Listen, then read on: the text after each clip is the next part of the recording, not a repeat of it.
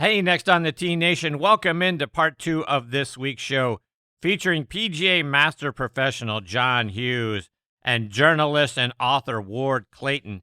As you guys know, John is one of the few PGA Master Professionals in our game and a top 25 instructor with Golf Tips magazine. Ward Clayton was a journalist for many, many years. He was a sports editor for the Augusta Chronicle, and he's written a couple of wonderful books. The most recent one that is out is The Legendary Caddies of Augusta National, Inside Stories from Golf's Greatest Stage. And it is a fantastic book. It's a page-turner, folks. The stories he tells and the way that he tells them are just off the charts fantastic. So sit back, relax, let us take your mind off everything else going on in your life for the next hour or so.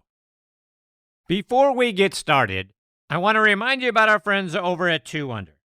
2 Under men's performance briefs are the unofficial underwear of the PGA, Ryder Cup, and President's Cup teams, and are sold in over 3,000 golf pro shops and golf specialty retailers nationwide. Ricky Fowler is their global ambassador, and over 50 other PGA, Korn Ferry, and Champions Tour players wear them. Just to mention a few, they are David Toms, Jerry Kelly, Justin Thomas, William McGirt, Scott McCarron, and Chris DeMarco. The Joey Pouch technology provides the ultimate male asset management, delivering maximum comfort from the tee box to the boardroom to the bedroom. Go to 2under.com to check out the bundle specials that offer substantial discounts for being a Next on the Tee listener. That's the number 2, UNDR.com. 2 Under, performance in your pants. Every January, PGA Tour Superstore pros meet every manufacturer, learn about the latest equipment, log thousands of hours of training, and together hit over 100,000 balls. All so they can get you the perfect fit. Now back in Next on the Tee with me is one of the top instructors in our game, and that is John Hughes. Let me remind you about John's background. He earned his business degree at Appalachian State. He's been teaching the game for almost 30 years. He's worked with everyone from beginners all the way up to tour pros. John is one of the very few PGA Master Professionals and a top 25 instructor with Golf Tips magazine. In 2013, he won the Horton Smith Award for his dedication to education for all golfers. He was named the 2023 North Florida PGA Section Teacher of the Year. The Golf Range Association of America named him a Top 100 Growth of the Game instructor, and he is the honorary president of the North Florida PGA Section. I had the privilege of meeting John in person the last couple of years down at the PGA Merchandise Show, and I couldn't be more excited. I get to have him back with me again this week here on Next on the Tee. Hey, John, how are you, my friend? I'm doing great, Chris. How about yourself? It was interesting to hear Jim and his take on being grateful about a lot of things, especially this time of year. A wonderful individual. Yes, he is. John, over the last few years, you've taken up a summer residency up there at McLemore. You've seen firsthand the tremendous growth of that property. The new Cloudland Hotel just had its grand opening a couple weeks ago. The second course that our friends Bill Bergen and Reese Jones called the Keep, it is scheduled to be open a little bit later on this year. Talk about what you've seen up there and the growth of that property.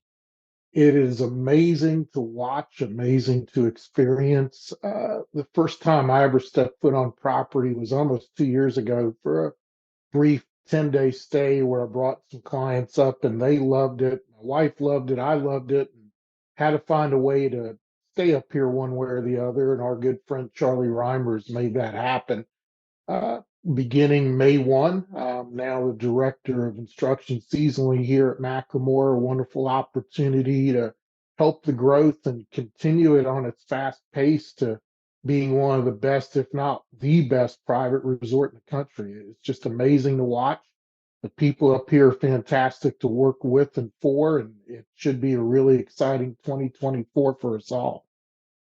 Let's take that a little bit further because I know you're going to have your golf schools up there through the summer and early part of the fall. Talk about your academy and what you have to offer to folks who will come up there to join you, or if they go with you back down in Orlando because you also spend a little bit of time there at Champions Gate, predominantly up there at McLemore.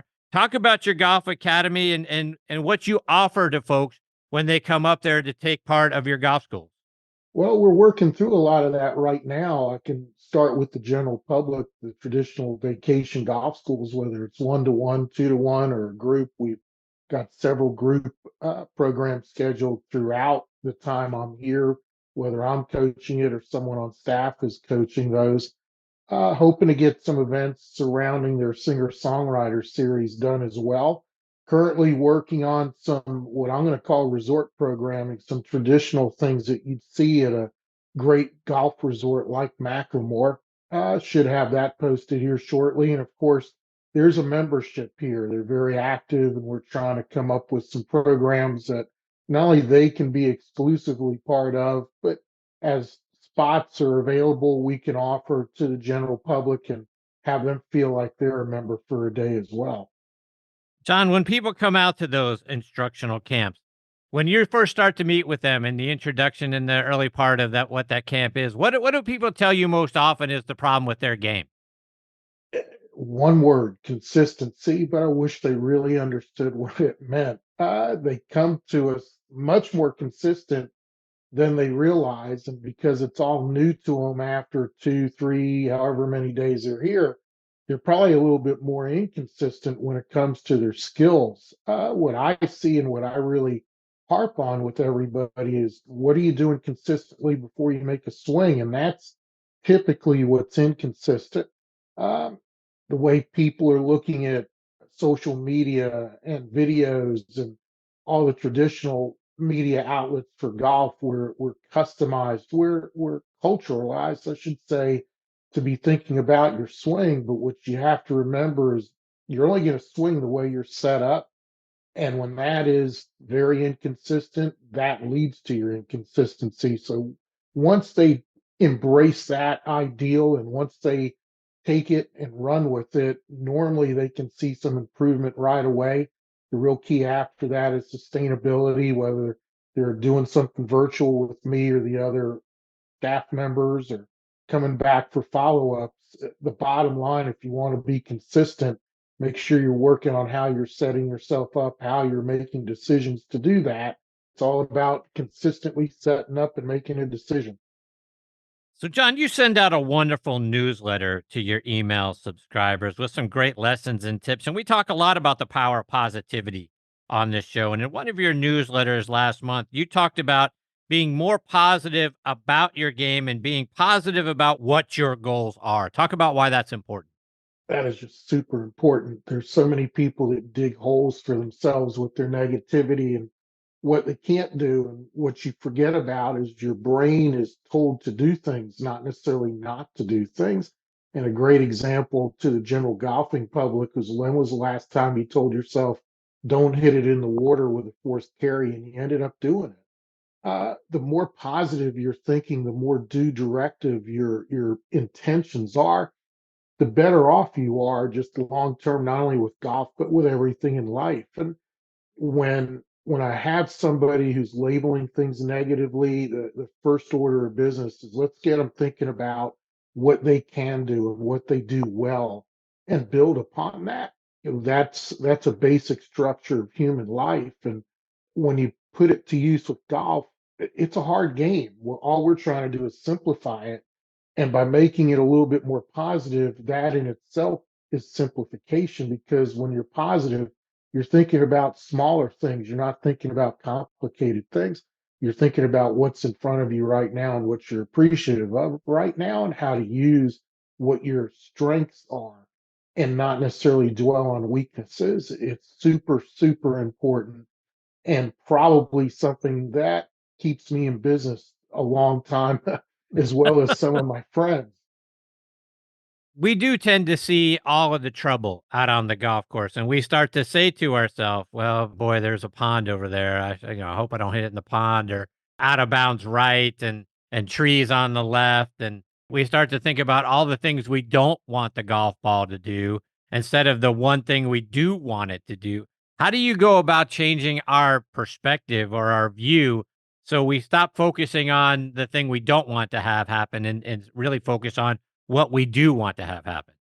Well, two things. Are you scouting the course well enough? Do you know your own golf course? I was very, very fortunate early in my career to be an assistant golf professional at a private facility in Greenville, South Carolina, where four different golf course architects were members.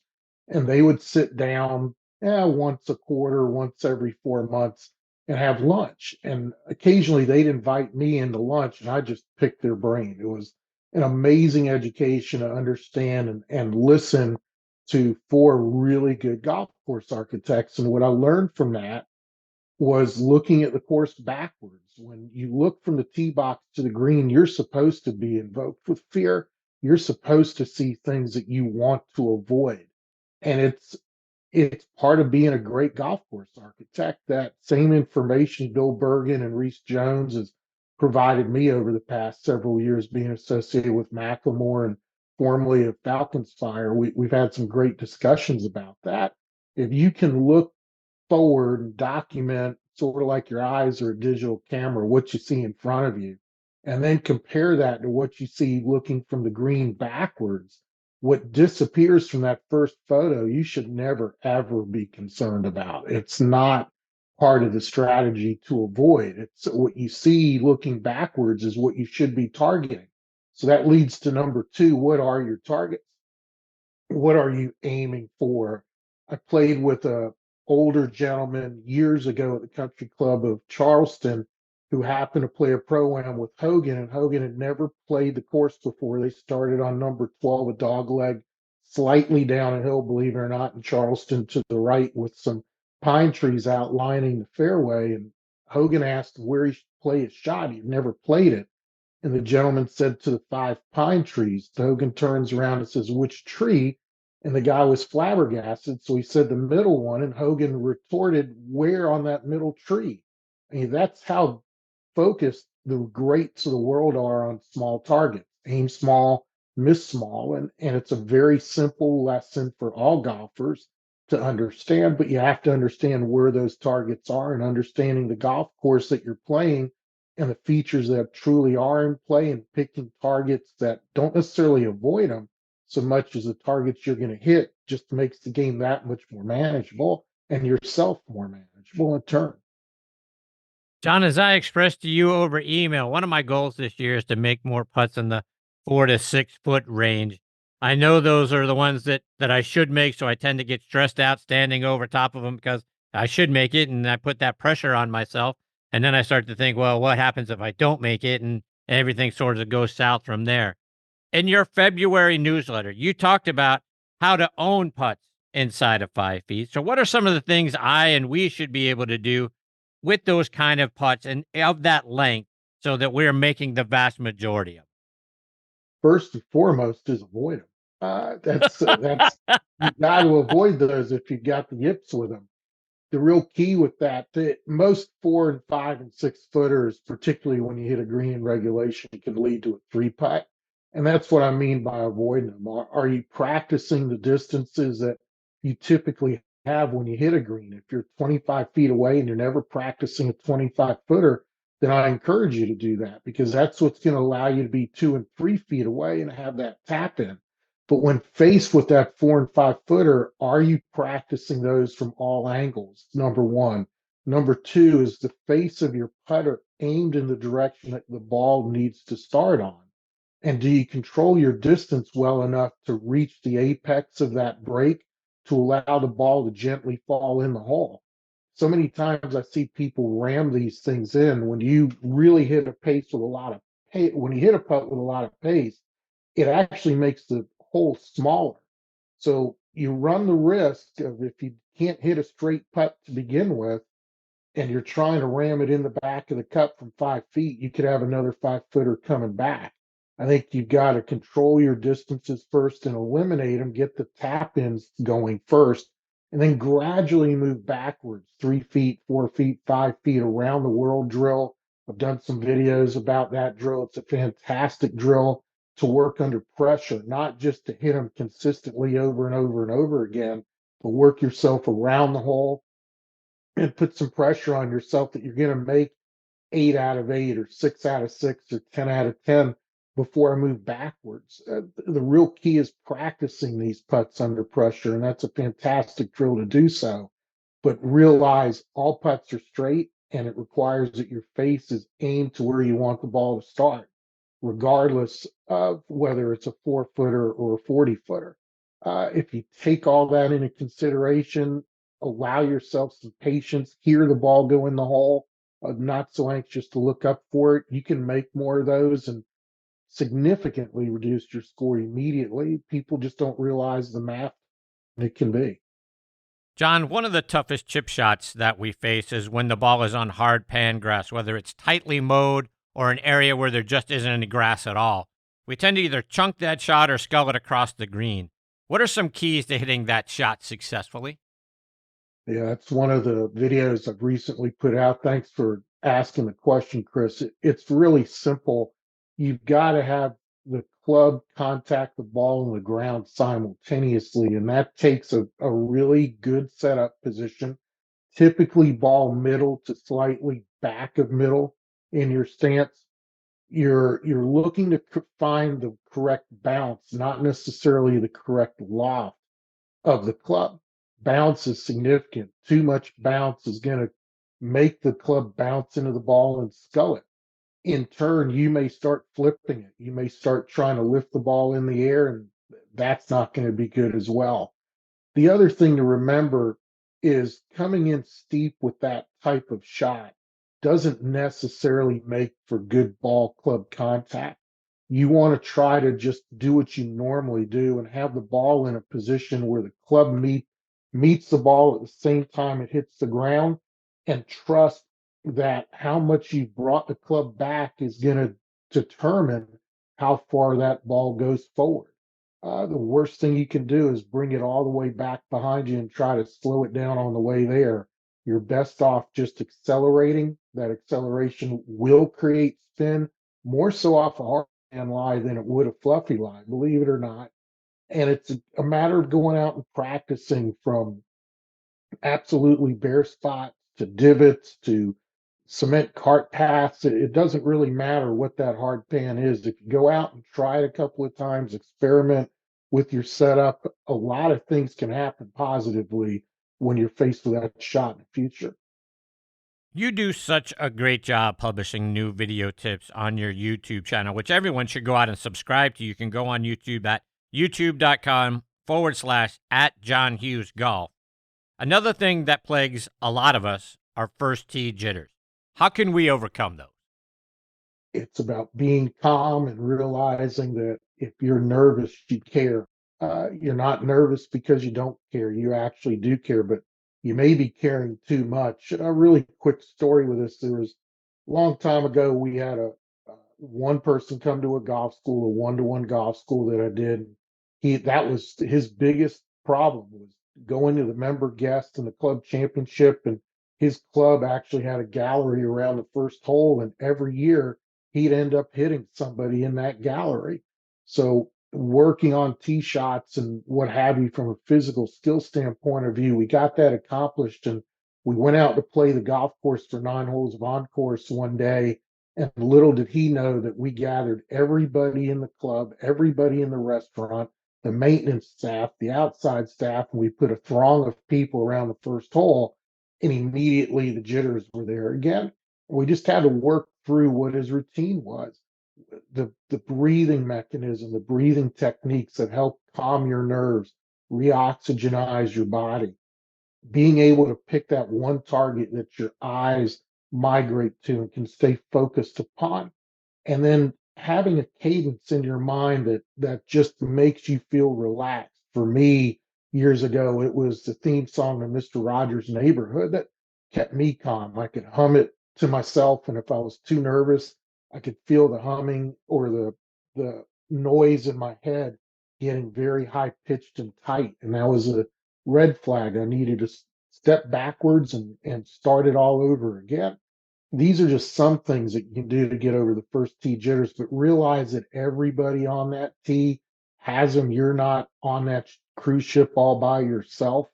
Find a routine that just allows you to be you and takes all the pressure off the shot because it's just another tee shot. When you can go about your business on the first tee, realizing this is just the first of what's going to be a great and fun day on the golf course, it should be a lot easier to deal with those jitters. John, you know I'm a huge Jack Nicklaus fan, and one thing that he used to do when he set up on the tee was hover his driver or his 3-wood off the ground prior to his backswing. Talk about the advantage of doing that. Yeah, it's been a good study the past few years by a lot of people realizing that hovering the club can actually take tension out of your swing. If you're somebody who presses the club in the ground for any reason, you're creating some pressure, particularly hand tension and grip pressure. And what the studies have found is that once you get used to the fact that you are hovering the golf club, it keeps you in continuous motion. You become more reactive. The tension in your hands, your upper body tends to release itself, and it doesn't dissipate completely, but it allows you to move freer, and it does create more speed, club head speed where it counts at impact. When you're pressing that club in the ground, that's a sure sign of tension. You're probably getting tense from the elbows up because of it. Really, really good idea to hover. And it doesn't have to stay still hovering. I would make the recommendation that a hover should be even the smallest of motions just to keep you into continuous motion. It's a very, very good pre-shot routine to get into that should help you long term, not only overcome the jitters, but possibly eliminate some injury as well. John, before I let you go, remind our listeners, how can they get signed up for one of your golf schools? How can they go online and find you both on your website, on YouTube, and then, of course, on social media as well? Well, I had a great mentor years ago said, make it easy for people to find you. So you just add a hashtag, an ampersand, anything like that to find me on social media. John Hughes Golf. JohnHughesGolf.com is the website. And if you're interested in seeing me or one of my staff here at McLemore, go to McLemoreGolfSchool.com. All the information is there for you to come see us this summer at McLemore. Chris, really appreciate the opportunity again being on. It's wonderful. You've been a big help and look forward to having more of these conversations in the future. Same here, John. I can't thank you enough for taking time out of your busy schedule to come back and be a part of the show. I hope the window makes sense for when we're coming up to McLemore here in about a month or so. Hopefully, I catch you before you have to head out back down to Orlando. Maybe we get lucky and get a couple of minutes with you because you're one of the best there is, my friend. And I can't thank you enough for all you've meant to me in this show. Thank you. I'll find the time to see you. All right. Take care, John. All the best to you and your family. We'll catch up soon. Thank you. See you, John. That is the great John Hughes, folks. Again, John Hughes Golf is where you can find him online and on social media. McLemoreGolfSchool.com. Look, if you're going to go out and you're going to go to a golf school this year, do yourself a favor, not only because McLemore is a great facility that John talked about early on, and it's on the Cloudland Hotel that just had its grand opening, looks absolutely spectacular. So you're going to be in a great setting.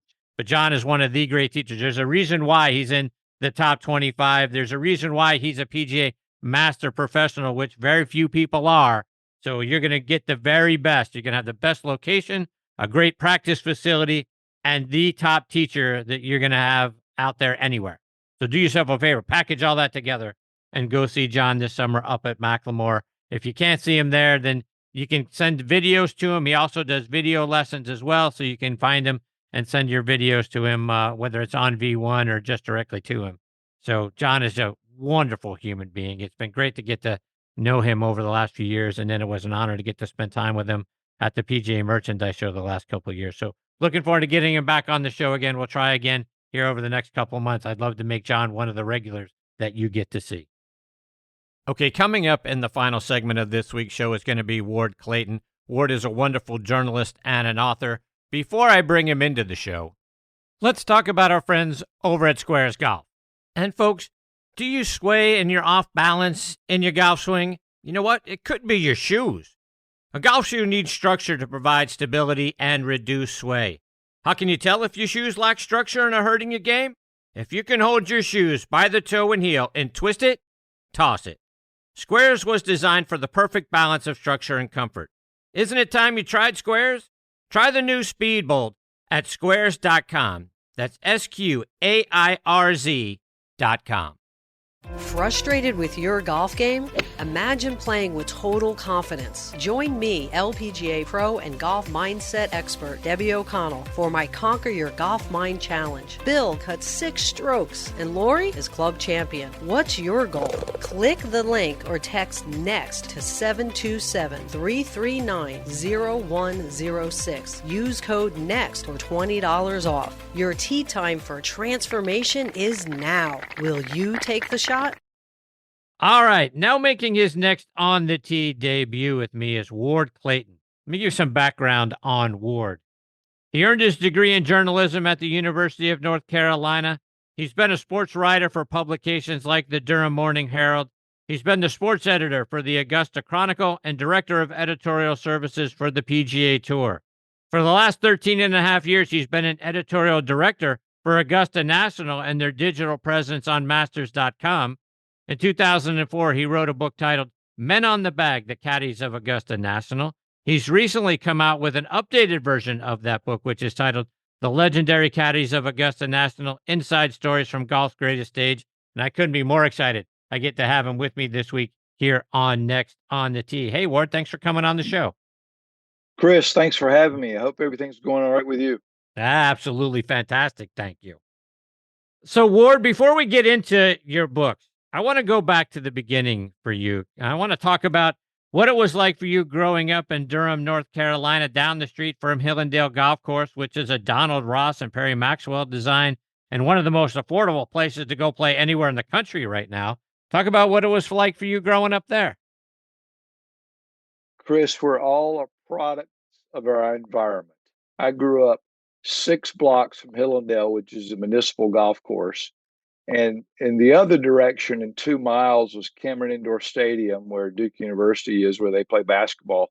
I'm a Tar Heel. I went to school in Chapel Hill, but still to this day, college basketball and golf are 2 of my favorite things to do. So therefore, we're all products of our environment, and that pays tribute to that. Hopefully, Hillendale and college basketball will never go away from me. So you got to help me there because I'm a Carolina basketball fan as well. So how does a kid from Durham, North Carolina, in the heart of Duke University, end up going to Chapel Hill? Chris, Durham is 8 miles from Chapel Hill. So there are probably more UNC fans in Durham than there are Duke fans, just by sheer numbers. You know, UNC's got 20-some thousand students. Duke's got maybe 7 or 8,000. Duke's private, UNC's public. So you're right in the heart of North Carolina. So therefore, you can imagine that a lot of folks are Tar Heels living in Durham. There's some Dukies around, but there's probably more Carolina fans than there are anybody. About a dozen years or so, Ward, you worked for a company called Golf Zone, who is the world's largest golf simulator company. They are a South Korean organization, and you help get them over here and get traction in the U.S. Talk about who they are and the work you did there. Golf Zone is the I guess it's pretty easy to do a parallel here. It's the Cadillac of golf simulators. It's probably the most expensive simulator, but it's the most it gives you the most data, the most realistic. They even have the moving swing plate that allows you to have hanging lies. They even put these pieces in there that simulate hitting out of a bunker or hitting out of rough.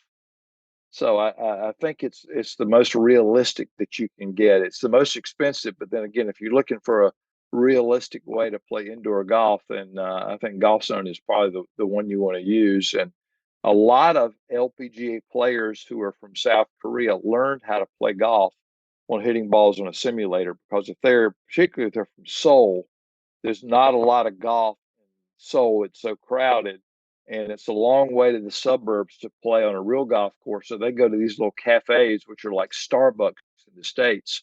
There's these little cafes on every corner where you can go in and have a drink and hit golf balls. And I think a lot of particularly the female golfers in South Korea started playing that way because it was not intimidating. They could go hit balls, and they also learned some of the basics of the golf swing so well, and that carried forward to their professional careers.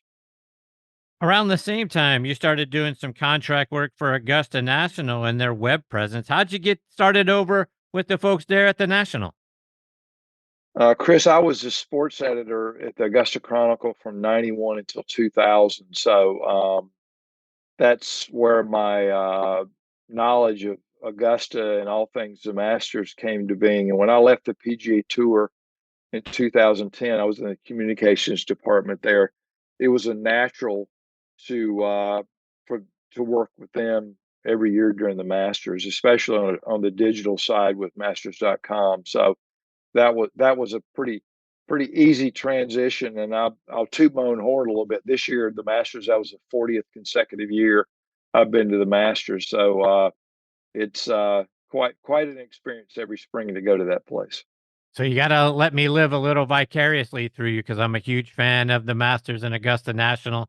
I'd been on property every year since 2001 until this year, but it's my favorite place on the planet.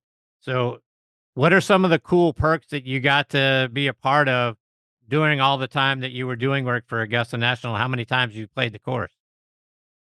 I played the course 10 times, but all of them occurred when I was in Augusta at the Chronicle. That was even more of a perk. When you're in the local media, at least it used to be this way. Before, a lot of folks may not know that Augusta National is only open from October until May. It's closed in the summer. It's a winter golf course. But they invited the local media to come play the course in late May. And so we had the opportunity we could roll in there early in the morning, go play the par 3 course, and then play the regular golf course, a week before it closed.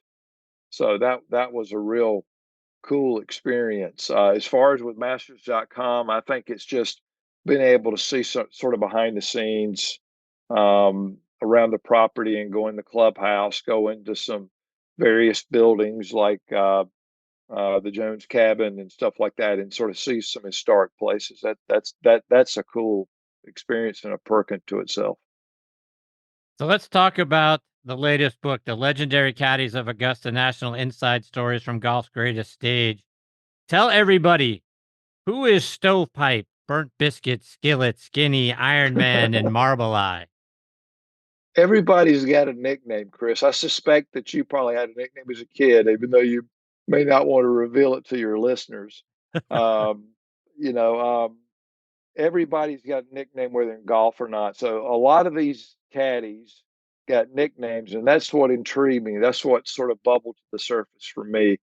Was it the Augusta Chronicle? We were always telling these historic stories about the Masters, and occasionally we'd run into stories from the 40s, 50s, and 60s where a caddy was mentioned just by his nickname. That was all there was. And so I said, wow, that this person's bound to have a story and a name behind his nickname. And so that started a whole process where in 1999, Vanessa Peterson Fox called our office at the Chronicle and reported that her father, Willie Peterson, who caddied for Jack Nicklaus for his first 5 Masters win, he had passed away in New York. And so that sort of started the process with me of trying to track down all these stories and all these caddies, see if these guys are still alive, how many friends, how many family members, things like that were alive, because they were such an essential part of Palmer and Nicklaus and Hogan winning the Masters that their story needed to be told too. So I thought that was an essential thing. So I did that in 2004 with a lot of their nicknames and their real names being revealed. Chris, that became a documentary in 2019 about caddying around the world called Loopers, the Caddy's Long Walk, with Bill Murray as the narrator. And then the book was out of print in 2004, and there was a lot of stories to add on to it, a lot of detail that I had. And I'd also learned a lot of the barriers these guys had overcome just to get to their workplace. And so I figured it was due a vast update and addition, and that's what Legendary Caddies is, the book that's currently out there. I want to talk about some of these caddies because the stories are fantastic. I don't want to give them all away because I want people to go out and buy the book and read these fantastic stories that you've put together. But you mentioned Willie Peterson. I'm a huge Jack Nicklaus fan. Talk about why Jack said he wouldn't trade Pete for $1 million. Jack was famous not only at Augusta, but everywhere on not really relying on his caddy. Jack was one of the first guys, along with Dean Beeman, to start using a yardage book and stick it in his back pocket. He's one of the first guys to ever do that. And so Willie was Willie was a local caddy, but Willie also had a personality that was opposite of Jack when he played at Augusta. Jack was very reserved, very methodical when he played. Willie was the kind of guy that would take a towel off the golf bag and twirl it over his head like somebody hit a home run, or talk to the gallery, or really jump up and down when Nicklaus made a long putt, or even watch Nicklaus hit balls before a round and walk by the caddy shack on the way to the first tee and bet everybody in the caddy shack that Jack was going to shoot 65 or better, which was not a real smart bet, but that was Willie's personality.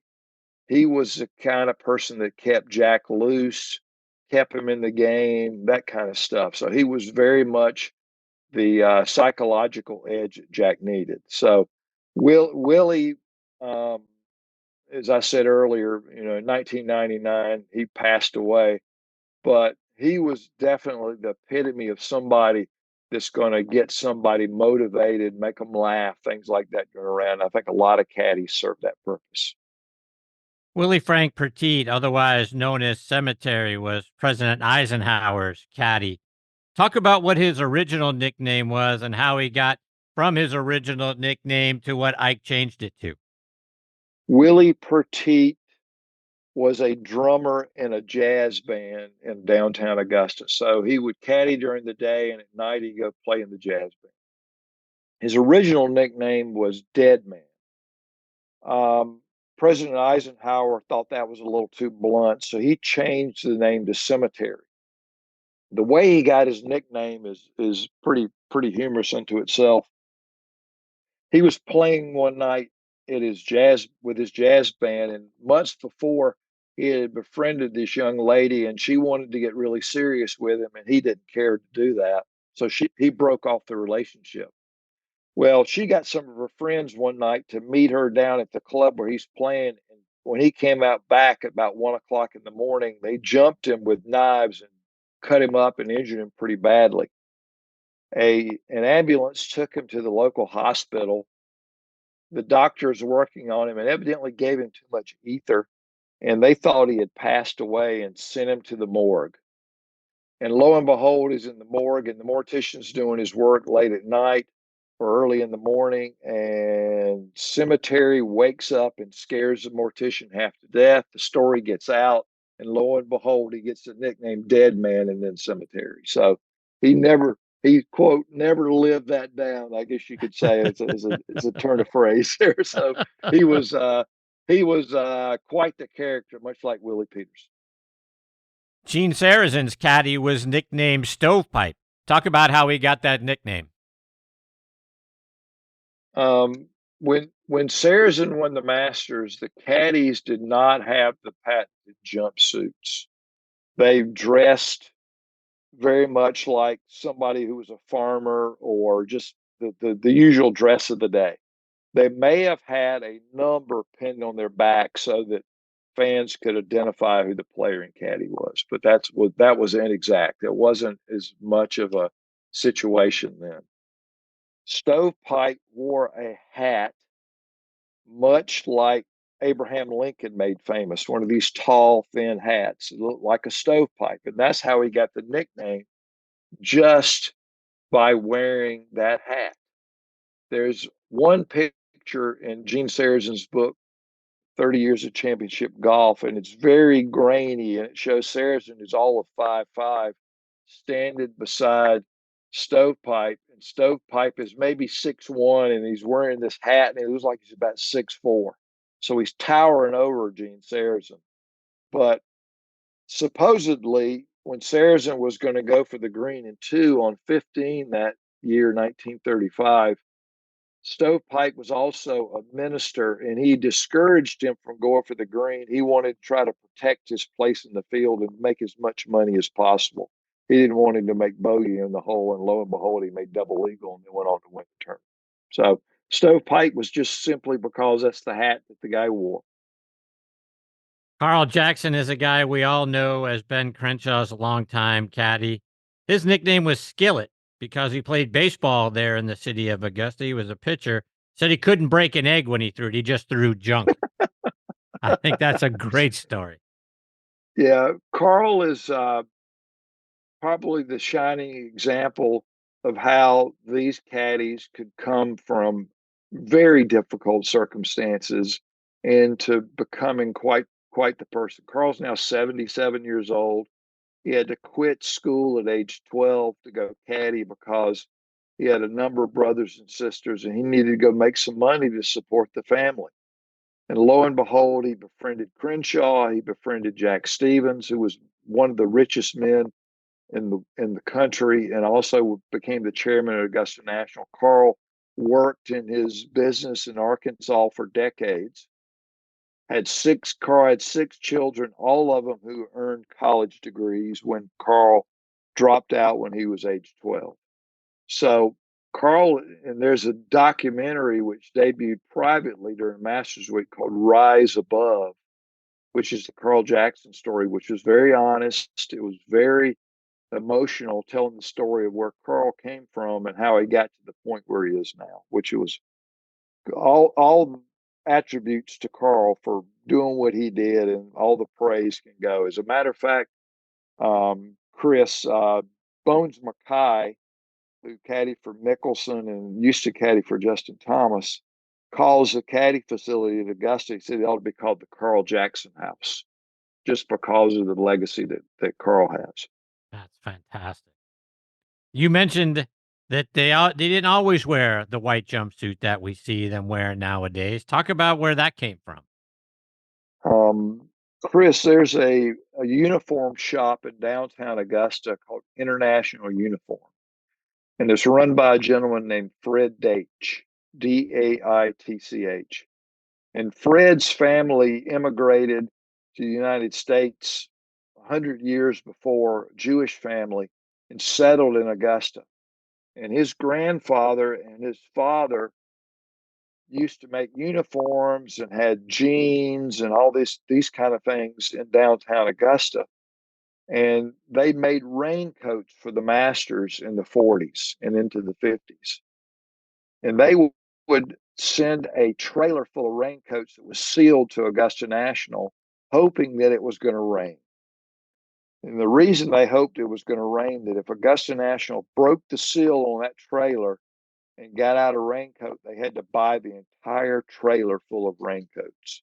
So Fred's family was hoping it rained in the morning and then cleared up in the afternoon because they were going to make a big buck.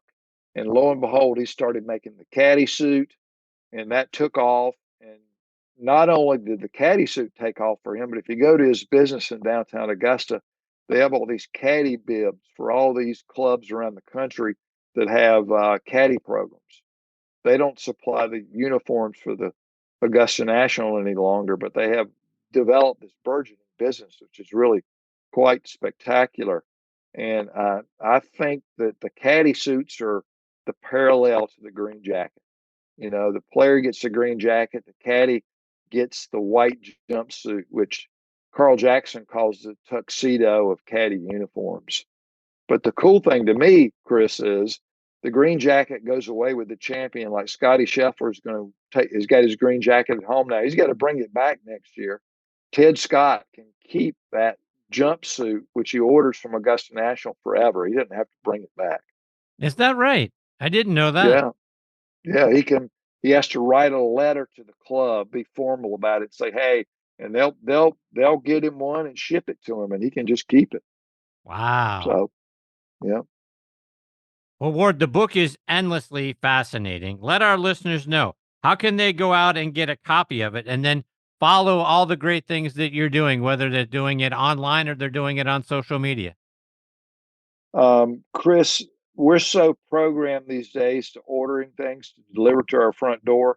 I'd encourage everybody to go to your local independent bookseller or other bookstores, but you can also go to Amazon or go to our publisher, which is Blair Pub. B is in boy, Lair Pub, pub.com. Sounds like somewhere you go have an adult beverage. So by all means, have an adult beverage, read the book, but you can order it that way and it'll come directly to you. And I'll tell you, Chris, one cool thing is this year, all the major championships, I live in Jacksonville, Florida. I could drive to all the majors. The Players was in March in Ponte Vedra Beach. The Masters in Augusta in April. The PGA Championship this week in Louisville, Kentucky. And then come June, the U.S. Open's at Pinehurst #2.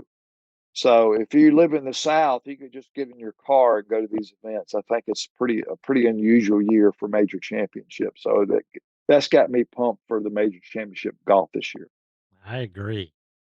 Well, Ward, I can't thank you enough for taking time out of your night to come and be a part of the show. So much more to get into with you. I didn't want to give everything about the book away. I certainly want people to go out there and buy it and enjoy it for themselves. I hope you'll come back a little bit later on this summer and get into more of the detail and the stories that you shared, because like I say, it's endlessly fascinating.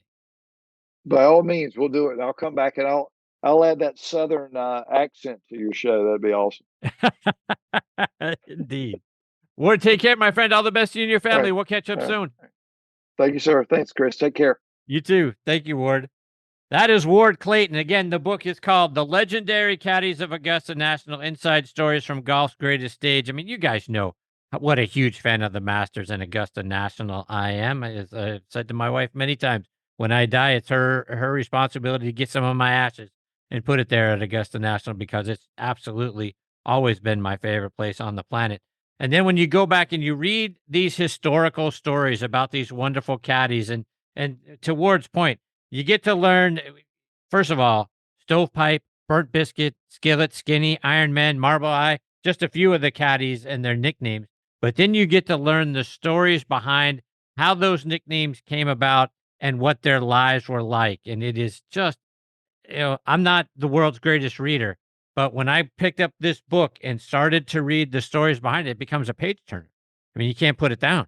That's how interesting these stories are, and what a great writer that Ward is, that he keeps you, turning these pages to learn a little bit more and to keep learning about the next guy and the next guy and the stories behind those things. It's just a wonderful book. I can't recommend it enough. I hope you enjoyed listening to him share some of these stories as much as I did. We'll try to get him on a little bit later on this year, talk about a little bit more, get into some more of this time out there at Augusta National. Thanks to Ward for joining me. He's fantastic. All right, my friends, it is time for me to put a bow on this edition of Next on the Tee. Want to send out my sincere thanks again to Adam Heisdew, Jim Gallagher Jr., John Hughes, and Ward Clayton for joining me this week. Scheduled to join me next week are our resident director of instruction, Tom Patry, will be back with us. Champions Tour Pro Clark Dennis will make a return appearance here on Next on the Tee. Excited to catch up with Clark. And our good friend and former PGA Tour Pro Tim Simpson will be here. Tim is such a delight in every aspect. Really looking forward to that conversation.